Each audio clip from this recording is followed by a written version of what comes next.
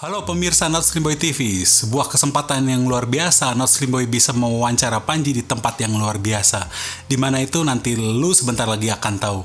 Dan sebagai pengantar di awal, apabila ada bagian-bagian yang dipercepat, artinya redaksi kami menganggap bahwa bagian itu tidak terlalu penting untuk Anda ketahui karena merupakan gibah belaka. Selamat menyaksikan.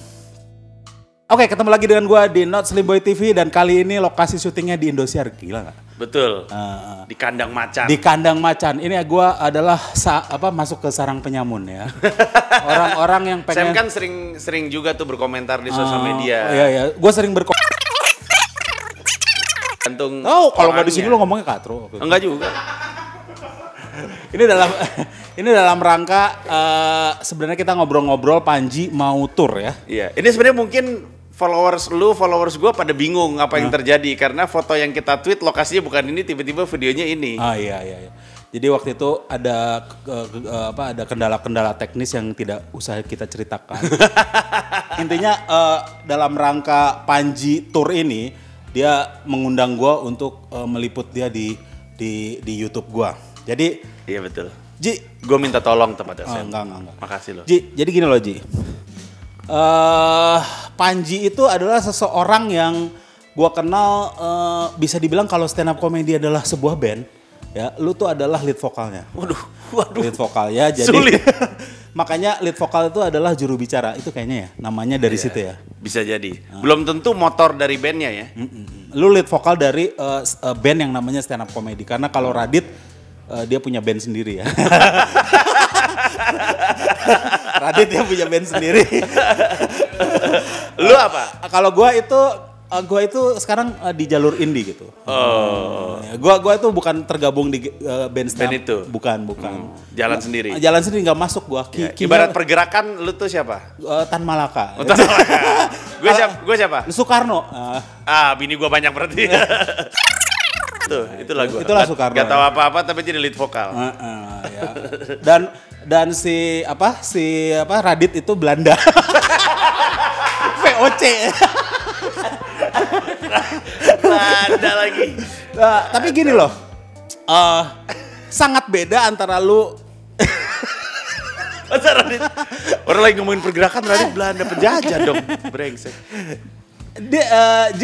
Tapi kan kita dijajah sama Radit kan. Radit mau apa? Gua aja disuruh main di seriesnya Radit mau dateng. Oh iya. Terjajah. Nurut kita ya. Tapi lu sangat beda antara lu yang dulu terus tiba-tiba tahun berapa lu bikin Indonesia Unite. Abis itu lu terkenal sebagai orang yang sangat nasionalis gitu. Kalau lu ngomong bendera merah putih di belakang gitu kibar-kibar. Nah, padahal dulu acaranya kena deh gitu. Iya, yang nggak bermutu gitu ya. Kenadeh tuh epic. Sampai sekarang orang masih terbayang-bayang Kenadeh. Terus Hole in the Wall. Itu nggak terlalu. Terus, tapi lucu itu. Tiba-tiba jam ke Indonesia United, tiba-tiba jam ke Provokatif Proaktif. What happened with you? Karena lu udah nggak laku gitu. Sebenarnya waktu gue di Kenadeh, gue udah gitu. Cuman karena kerja kan, orang kan nggak tahu gue. Kayaknya gue baru kelihatan wujudnya ketika udah mulai ada keluar karyanya. Ketika keluar karyanya ada subjektivitas gue, jadi isi kepala gue keluar. Tapi waktu zamannya Kenadeh, orang pikir si Panji lucu doang. Justru itu masalah gue. Zamannya gue Kenadeh tuh orang nggak pernah nanggepin gue serius. Gue waktu zamannya Kenadeh baca buku tuh dipukul. Kayak ngerti aja gitu. Sekarang jadi, ngerti ya? Dikit lah. Saya baca buku tanpa batas.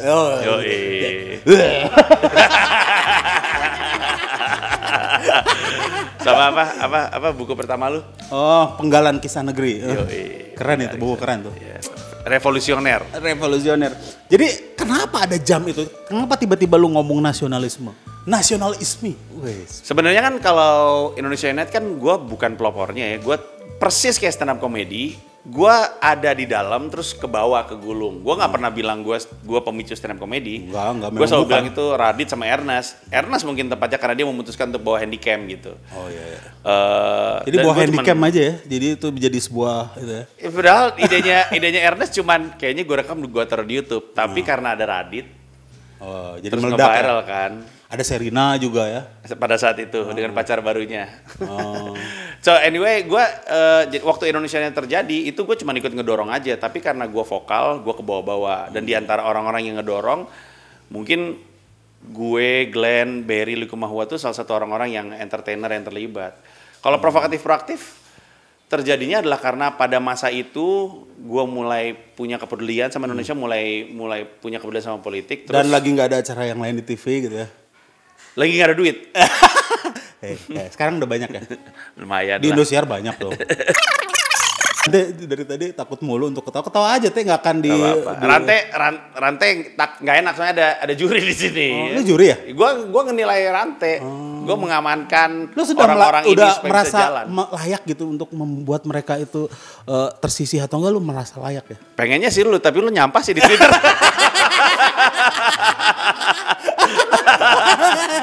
Orang tuh mau ngajak Sam tuh, pengen deh ngajak Sam, tapi Sam marah-marah mulu, nggak jadi deh. Ntar diajak marah-marah lagi. Ajak gua, Kita kan ajak. baik anaknya. Tadi dibilang sampah, sekarang minta diajak. Ajak gua aja. Kayak Bernie Mac juga. Sebenarnya ya untuk menjadi teladan tuh lebih gua dari lu. Kok bisa kayak gitu? Lulusan ITB. Sok.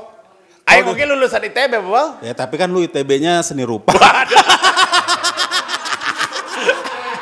Sebagai Institut Teknologi Bandung kayaknya kurang ya Apa? gitu ya. Coba siapa coba ya? Teknologi tanpa kesenian membosankan. Iya, anak-anak gitu kalau ditanya pengen sekolah teknologi. Kenapa? Gue tuh sebenarnya role model lah. Oh gitu? Iya sekolah terus kerjanya gue bener gitu. Entrepreneur, pengusaha. Tapi kenapa lu yang jadi role model tuh apa sebenarnya? Gue gak pernah nyampah di Twitter. Gue diem orangnya.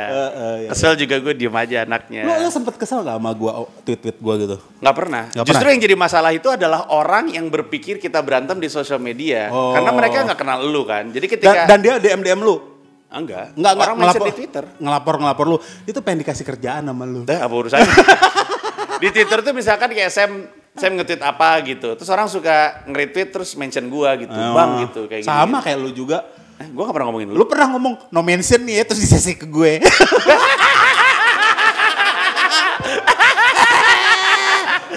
Lu yakin itu tentang lu? Gak tahu tapi gue ngerasa. Kalau yang mana ya?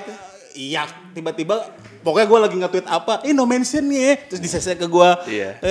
Karena yang orang gak tahu adalah yang saya ngomongin di Twitter, kalau kita duduk bareng, ya keluarnya sama juga. Salah gitu. satunya adalah gini, kita ngomong gitu. soal concern politik dah. Lo Yeah. ikut di 98 lah ya. Walaupun Yeah. lo cuma nempelin poster, kalau gue kan orator. Iya. Gua anak baru gua. Nah terus Gua tiba-tiba kerjanya jadi pagar betis dulu. tiba-tiba ini karena juru bicara ini ngobrolin soal concern politik dong. Ada. Tiba-tiba gue lihat poster lu ada di Rudy Habibie gitu. Iya betul. Ada kekecewaan dari gue. Ini Panji tahu nggak sih sebenarnya bahwa Rudy Habibie ini adalah film propaganda. Ini bukan film biografi. Ya, Karena gini loh, satu Habibie-nya masih hidup. betul. Orang yang bikin film dan dia masih hidup itu cuma diktator men. Cuman Kim Jong Un. Apa filmnya? Ya ada lah film-film propaganda Rudy mereka. Jong Un. Nah sekarang gini. Halo. Ronald Reagan aja nggak punya film tentang dirinya gitu. Iya. Yang dia bikin sendiri dan dia terlibat di situ. Iya. Jadi tipe-tipe orang yang bikin film untuk dirinya tuh tipe-tipe diktator yang butuh untuk propaganda dan lu terlibat dalam film seorang. Menurut lu Habibie propaganda buat apa? Hah? Propaganda buat apa? Ya, Mimpin juga enggak, jabat juga enggak. Gue kok jadi serang gini? Lah dia nanya gue tanya balik. Ya propaganda Kalau baik gue lah. sih, ya. Nggak, menurut lu itu film biografi atau film propaganda? Menurut gue itu film nyari duit aja udah. Oh gitu ya. Keterlibatan gue di Rudy Habibie sederhana. Sebagai aktor. Karena Hanung Bramantio, MD Pictures, Reza Rahadian.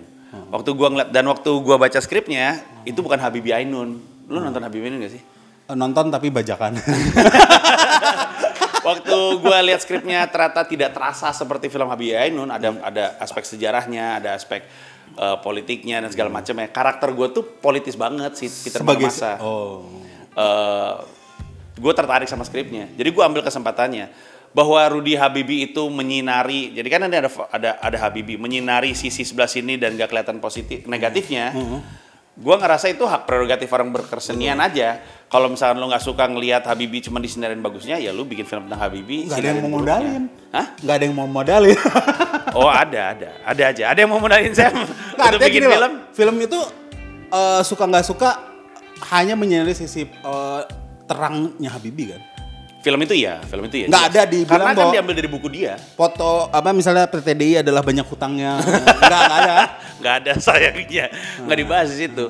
Karena si Rudy Habibie itu diambil dari novel yang ditulis oleh Mbak Gina kan, Gina Esnur, yang ditulis bersamaan dengan El Habibie gitu. Jadi ya kalau gue Kayaknya kalau mau bikin kayak gitu sih harus ada sineas lain yang kayak kita pernah bahas waktu itu, Soekarno disinarin sisi sini oleh Hanung juga, lalu ada sineas lain yang pengen ngambil Soekarno dari sisi istri-istrinya gitu. Menurut gua itu pilihannya dia gitu. Nah, tinggal kalau misalkan ada yang nggak suka ngeliat Habibie karena anjing ini mah cuman propaganda dan menyinari positifnya gitu. Ya udah lu dengan kemampuan lu di dunia sinema sinarin aja sisi PTDI bangkrutnya atau misalnya nggak, 98. tapi gini loh.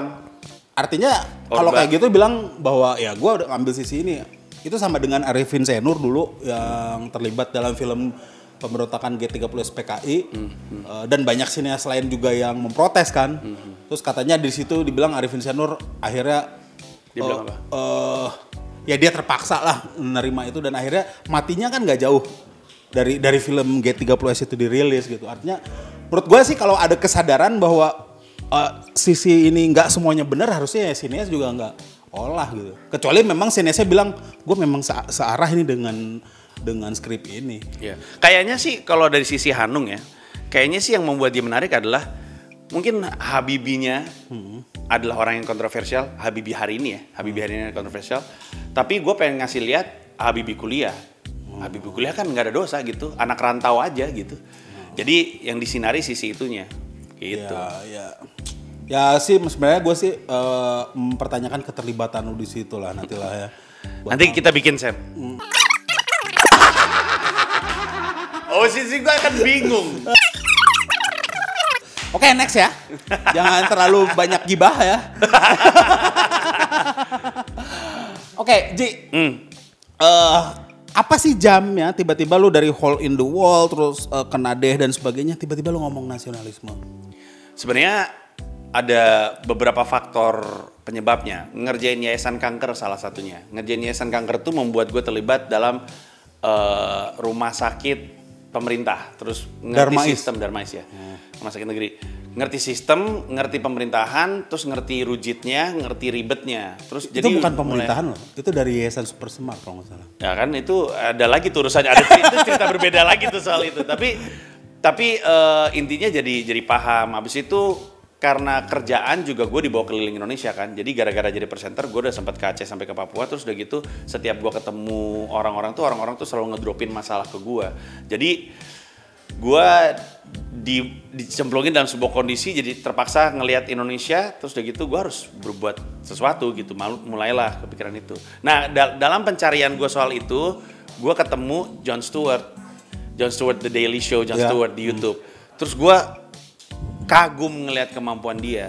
Pada saat yang bersamaan, gue lagi drop banget ekonominya gara-gara bikin dua keputusan. Yang satu nggak mau ngambil job rokok. Waktu itu kan gue masih MC. Itu job rokok nggak gue ambil karena gue punya yayasan kanker tuh turun drastis. Terus satu momen gue kesel sama ada IO yang minta ditransfer balik duitnya. Jadi, minta kickback. Terus udah gitu gue nge-tweet untuk semua IO yang follow gue, jangan libatkan gue dalam markup dan korupsi lu. Job gue turun lagi.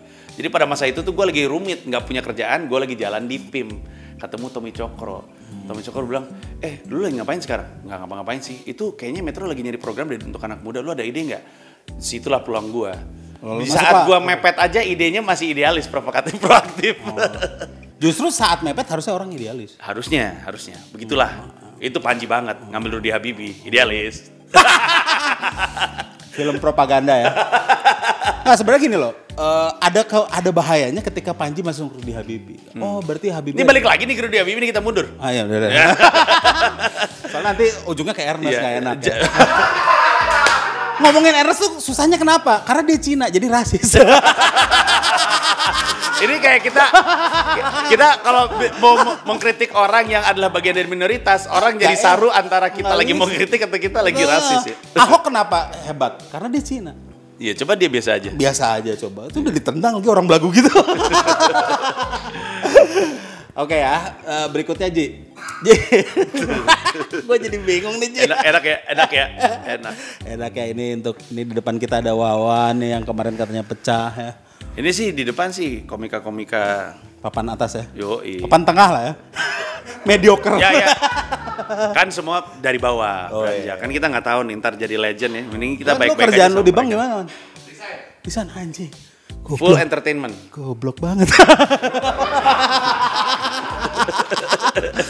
Oke lah, semoga Tapi dia berusaha untuk konsekuen sama pilihannya sih total nyemplung. Oh, iya. Gua apresiasi lah. Fine. Awas aja kalau nggak lucu lu. ini berkaitan dengan tour lo dan juga spesial lo. Setiap spesialnya Panji itu gua tonton dan gua duduknya selalu di spot yang lu Iya. pasti bisa lihat lah. Iya, yang membuat gua sebel lah pokoknya. Pasti ada dua orang yang gua terganggu. Lu sama Isman. Tapi Isman lebih ke muka.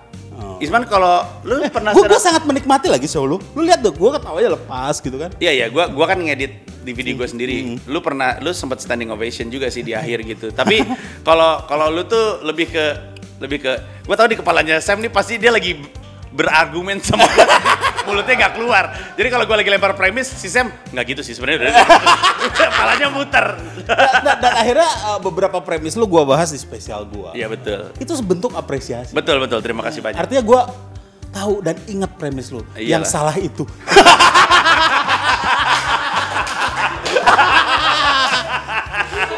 Ada dua ya sebenarnya, ada dua ketika gue nonton. Tapi itu bener loh, gue jujur ketika gue nonton harus itu ngetes level security gue, gitu kan? Gue ngetes level security gue. Gue inget salah satu argumen lu tuh tentang poligami apa sih? Iya, Poligami.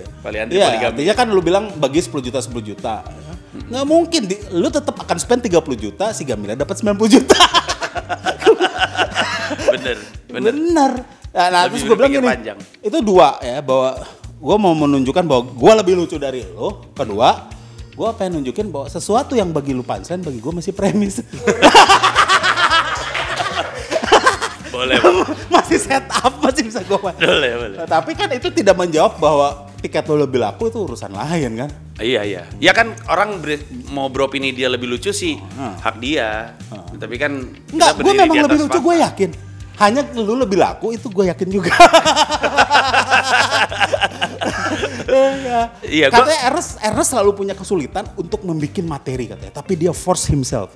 Gue tidak pernah punya kesulitan membuat materi. Gue punya kesulitan menjual materi. Jadi sebuah pertunjukan. Iya.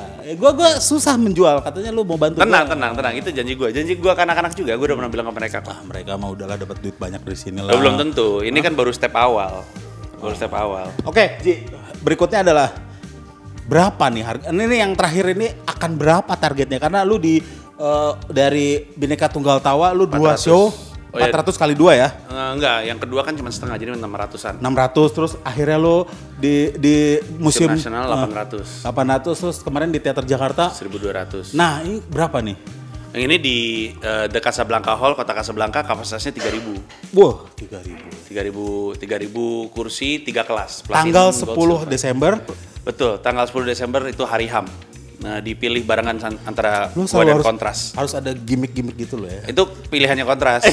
Karena kan gue kerja sama Kontras. Jadi Oh, gue tuh ada materi HAM yang dikembangin bareng sama anak-anak Kontras. Jadi gue datang ke kantornya, terus mereka ngeluarin semua tim dari semua departemen, terus mereka ngelemparin kasusnya, terus gue nulis panjang lebar, terus gue nemuin celah untuk bikin materi. Terus kita diskusi soal ini bakal selesai di mana? Gue bilang akan di Jakarta. Kapan? Desember. Sekalian aja tanggal 10 hari HAM.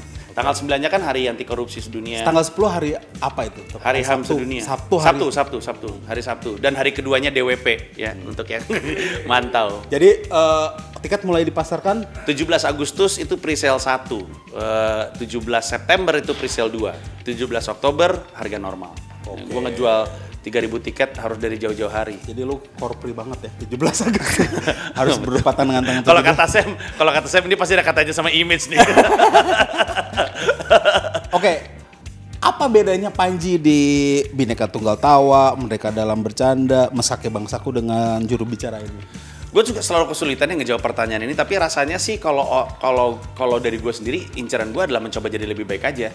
Karena kalau menurut gue kelihatan perkembangannya dari BTT ke MDB ke MB, insya Allah ke juru bicara juga kerasa. Jadi satu, growth gue sebagai orang yang berkesenian dengan medium stand up comedy. Yang kedua, yang dibawa juga beda sih. Banyak yang bilang ini lebih beresiko, bahkan lebih hardcore. Ya, bahkan udah sempat kena kasus, sempat viral itu jadi pertunjukan gue di Jerman itu ternyata diprotes, abis itu protesnya tuh viral. Gue tuh dapat beritanya dari nyokapnya Gamila, nyokap gue juga dapat dari alumni Budi Utomo, jadi nyebar itu. Jadi ada kabar tentang apa? Jadi di juru bicara ini gue ngomongin soal ganja. Nah, yang viral tentang apanya? Tentang agama. Lu ngomong apa di situ? Sebenarnya sih poin gue adalah, karena namanya juru bicara, gue tuh pengen ngewakilin orang yang sering berkeluh kesah di samping gue, yang bilang kayaknya gue gak setuju deh Islam diwakilin sama orang-orang yang gue liat di TV. Jadi gue bawa Islam dari perspektif gue. Tapi yang jadi masalah adalah orang ini gak setuju dengan perspektif gue, plus ditulisnya dibilang gini, kayaknya kalau lu gak rajin sholat, lu gak berhak deh ngomongin soal Islam gitu. Lu rajin sholat gak? Nggak terlalu. Dan publik gue tahu itu, maksud gue penonton gue tahu itu. Jadi, nah cuman udah mah ada tulisan soal si Panji nggak pernah sholat ngomongin Islam, sama penulis itu dimasukin soal ngomongin ganja lagi, ngomongin gay lagi, ngomongin legalisasi prostitusi lagi. Oh, lu ngomongin legalisasi prostitusi? Iya, ngomongin ngapain radikalisme. lu ngomong itu? Nah, karena nonton, sekarang nggak legal juga bisa gampang kok, ngapain? Nah, kalau gua kasih tau spoiler, tapi kalau penasaran mending nonton aja. Nah, basically poin itu nyebar sampai itu ada di mana-mana. Nah, seorang ibu yang anaknya kuliah di Jerman membawa itu, si tulisan itu ke Komnas Anak.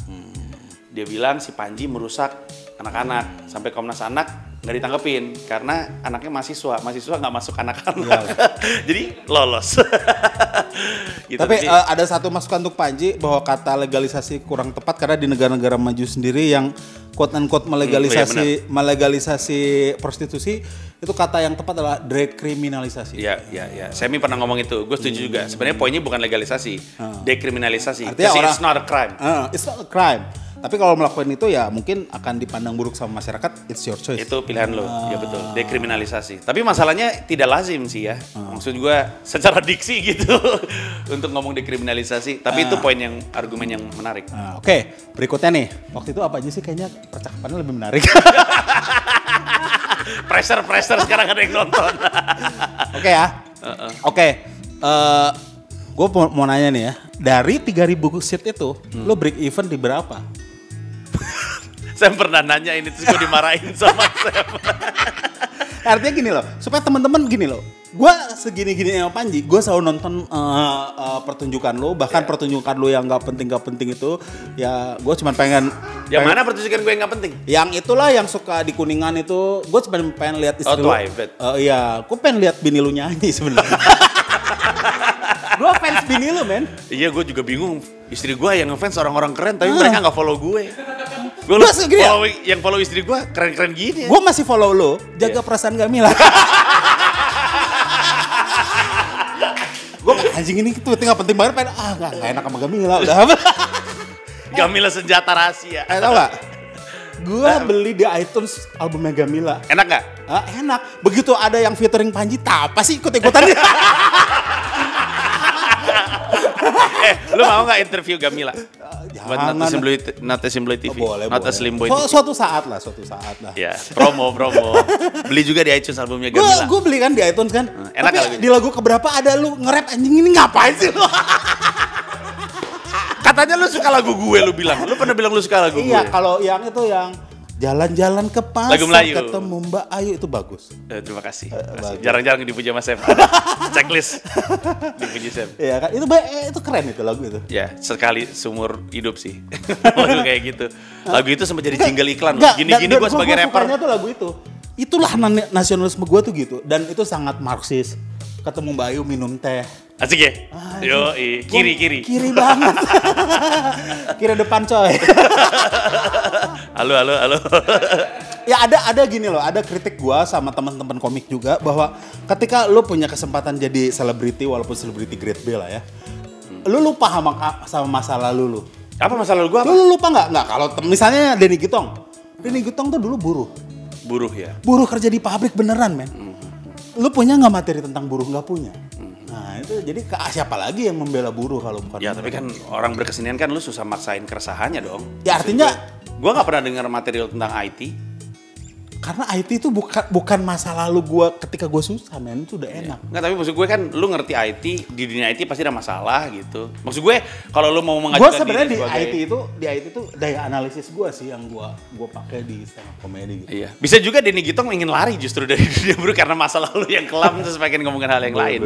Tapi ada poin yang gue setuju juga karena ada masanya sebagai orang yang berkesenian ya terlepas dari lu berkesenian untuk apa, untuk nyari duit atau untuk berekspresi. Ada kalanya lu mesti sadar bahwa lu punya tanggung jawab. Ada kekuatan yang datang dengan sesuatu yang lu miliki di atas panggung gitu. Iya, kata siapa Spider-Man kan. With great power comes great responsibility. Ada. Jadi itu tuh. Anak komik, yoi. Rantai. Komik bacaan. Yoi. Rantai kan ini mengangkat derajat para preman. Yoi. Biar nggak termarginalkan. Dia kan ini debt collector tuh dulu. Gue tahu. Materinya tuh sebenarnya dalam banget tuh soal ondel-ondel bau celurit tuh. Jadi lo Panji yang di spesial dengan Panji yang di TV tentu akan berbeda dong. Beda jelas. Di TV mah gue kerja, di panggung gue berkarya. Jadi gitu. lo nge-mentorin mereka kerja juga ya? Ya bagian dari kerjaan gue, tapi mereka tahu gue mentorin mereka bukan untuk menang, supaya mereka punya karir. Gue selalu bilang itu. Gue di TV di Indosiar gue bilang gue nggak peduli siapa yang menang, tapi gue peduli kalau lo punya karir gitu. Bahkan di TV gue bilang pilihannya jatuhnya di mereka mau menang atau mereka mau punya karir. Kalau mereka mau punya karir, jadilah diri lu sendiri. Contohnya Uus ya, Uus itu nggak menang tapi punya karir ya mungkin ya. Menurut gue Uus orang yang akhirnya menemukan tempat dia di mana gitu. Oh dia harusnya begitu ya. Iya. Gak usah pakai otak. Lo harus tahu orang kayak Andika Pratama sama Gading Martin yang gue sangat hormati sebagai presenter ya. Maksud gue kalau lu presenter lu tahu betapa hebatnya mereka berdua. Kalau lagi nggak ada Uus, mereka mengeluh. Ini kalau ada Uus nih nolong sih gitu. Jadi Uus tuh kayak apa ya? Uus tuh kayak calon late night host yang nunggu kemampuan untuk ngerem aja. Menurut gue. Oh dia nggak bisa ngerem ya? Saat ini energinya terlalu banyak, tapi mesti dia kumpulin. Dia mesti belajar caranya nge-guide dan nge-anchor gitu. Oh, sekarang kan karena dia terlalu dominan mungkin ya. Ya tenaganya banyak, idenya banyak gitu. Tapi at one point, dan gue pernah bilang ini sama Uus, dibanding semua orang yang gue pernah lihat, salah satu orang yang mungkin bisa punya late night, itu Uus sebenarnya. Gitu. Asik. Lu late night lu gimana? Mati late night gue. 11-12. Tewas. Tapi gue udah sempet ngajak Sam 2 kali. Judulnya 11-12. Ya gue juga gak kepikiran soalnya gue ditanya. Judulnya meremelek banget, meremelek 11-12. Balik eros lagi ini Pak. Ya judulnya keren gitu. Ya enggak, masalahnya waktu itu ditanya, kita namanya 11-12, gue bilang namanya jangan 11-12 dong. Terus lo ada ide apa? Terus gue pikir lama banget nggak nemu. Program udah mesti naik ya udahlah 11-12. Ya udahlah jalanin aja. Sangat meremelek gitu. Iya benar. Gue juga nggak gitu setuju, nggak catchy gitu 11-12. Akhirnya ditulisnya kan 11 dan angka 12 supaya nggak terlalu panjang. Ya gitu lah. Tapi udah tewas lah. Oh, udah habis tuh ya? Udah mati dari kapan tahu. Tapi lu dari stripping ke stripping ya? Itu kan stripping ya maksudnya? Itu ya, mana? bedanya itu stripping gue berkarya karena gue mencipta, ada proses penciptaan di sini. Kalau di sini gue kerja, orang-orang pada duduk ngomongin rating, gue nggak mau tahu. Oh gitu ya? Wah ini nggak mau tahu nih. Tapi masih pakai aja. Yo, yang lucu Indosiar masih mau pakai gue, padahal gue nggak pernah mau terlibat soal rating. Kalau mereka lagi briefing gitu soal rating, di samping ada Mas Indra. Kemarin katanya masih ada nangis-nangisan gitu kalau yang keluar. Tahu cengeng tuh, mana sih brengsek? Nangis mulu lu. Dia udah besoknya aja masih nangis, Sam. Oh gitu ya? Parah dia. Tapi kasihan dia, Sam, bapaknya pergi meninggalkan dia. Oh, bapak yatim. Ya, mending kalau yatim pergi, ninggalin. Oh. Nangis nih, udah dia ntar nangis lagi nih. Ntar nangis dia mah. Wadah, itu bapaknya. Lu ngapain lu masih pikirin dia gitu? Bapak lu lagi enak, men. Lu mau figur bapak? Ari Rantai tuh.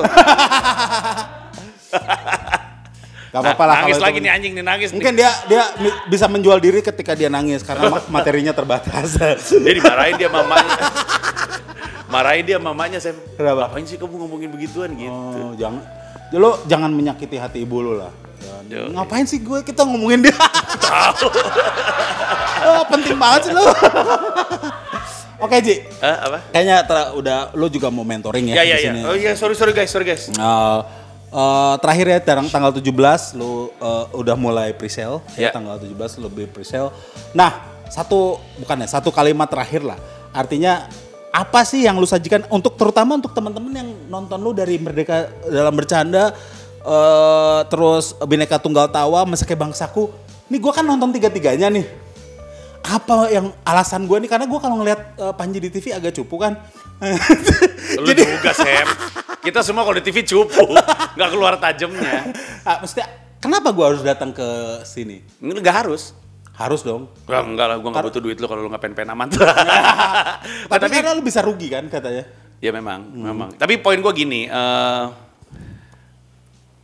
gue nggak bisa bilang bahwa ini adalah produk yang terbaik karena gue pasti akan progresif, pengen nunggu terus. Tapi gue yakin lu pulang otak lu kebakar. Gue cukup yakin itu karena dari semua show gue baru sekarang gue ketemu orang-orang yang naik atas panggung. Sebenarnya gue nggak setuju sih sama banyak poin lu gitu. Jadi ini emang di luar kenyamanan gue, tapi gue selalu bilang gue nggak pengen lu setuju, gue pengen lu tahu. Nanti lu pikir sendiri gitu. Masalah lucu itu mah udah pasti. semua orang nonton ketawa. Gue bisa kasih lihat beberapa testimoninya. Tapi poin gue adalah kalau lu punya pemikiran yang terbuka, datang ke show gue, terus kita sama-sama diskusi aja. Baiknya gimana nih biar Indonesia jadi bener, itu aja. Oke. Panji pengen memperbaiki Indonesia dari komedi luar biasa ya. Iya, niat gue gitu. Kalau gue sih terjebak lah dalam dunia ini. Gue sebenarnya pengen. Saya nyalahin gue karena katanya gue bawa-bawa dia ke dunia ini. Gue sebenarnya kepengen jadi penonton biasa sekarang yang kalau rantai ngebom anjing lu jelek, gue bisa ngomong gitu. Kalau sekarang emang sebagai entertainer, fellow entertainer nggak bisa gitu ya? Nggak bisa dong. Nggak enak ya? Sekarang aja gue bilang gara-gara nggak diajakin. Jadi tuh Sam tuh resah tuh kalau dia ngekritik program TV selalu dibilangin karena dia nggak diajak. Ya memang gue nggak diajakin satu, ya kan? Ya, tapi itu benar-benar tidak berhubungan gitu. Tidak berhubungan, itu B. Iya. Ulangan zaman dulu, nggak paham mereka. Ya artinya ya, kalau menurut gua oke lah, it's okay. Kalau bagi gua Panji adalah orang yang bisa cerita panjang tentang dirinya. Dia storyteller, a very good storyteller. Dia orang yang sangat ditunggu ceritanya. Lu tuh adalah orang yang sangat ditunggu ceritanya. Iya. Kalau gua orang yang sangat ditunggu opininya. Iya betul. Karena gua tidak bagus bercerita. Dan gua nggak punya opini. Nah itu, that's my point. Tektok, yoi. Kayak Abdel Temon aja nih. Iya.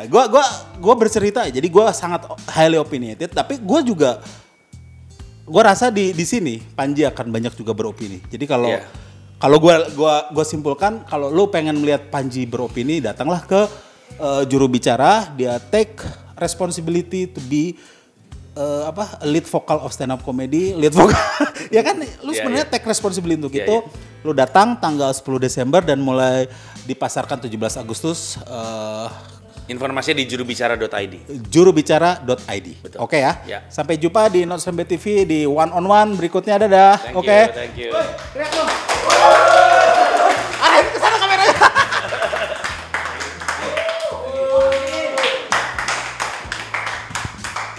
Ini dia peserta Suca. Langsung diem. Dikenalin sebagai peserta Suca.